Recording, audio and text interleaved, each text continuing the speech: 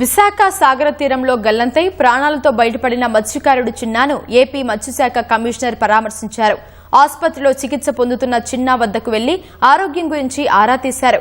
అసలు గల్లంతైన రోజు ఏం జరిగిందని అడిగారు. బోటు తిరగబడమే దీనికి కారణమని మత్స్యశాఖ కమిషనర్ కు చిన్నా వివరించారు.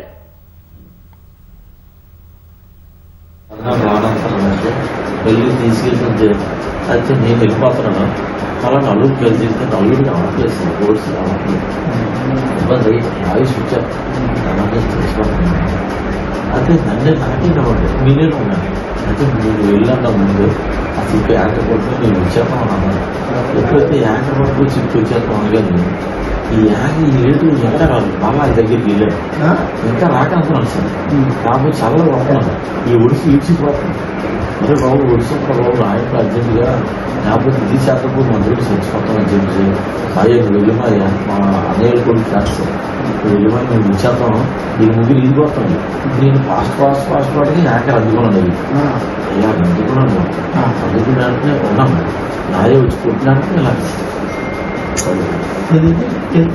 ఆడానికి చెప్పు పెద్ద చెప్పు ఇలా పడుకున్నాను ఇలా వెళ్ళిపోయాను పడిపోయాను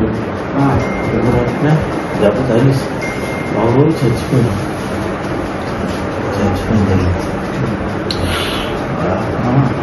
చచ్చిపోయినా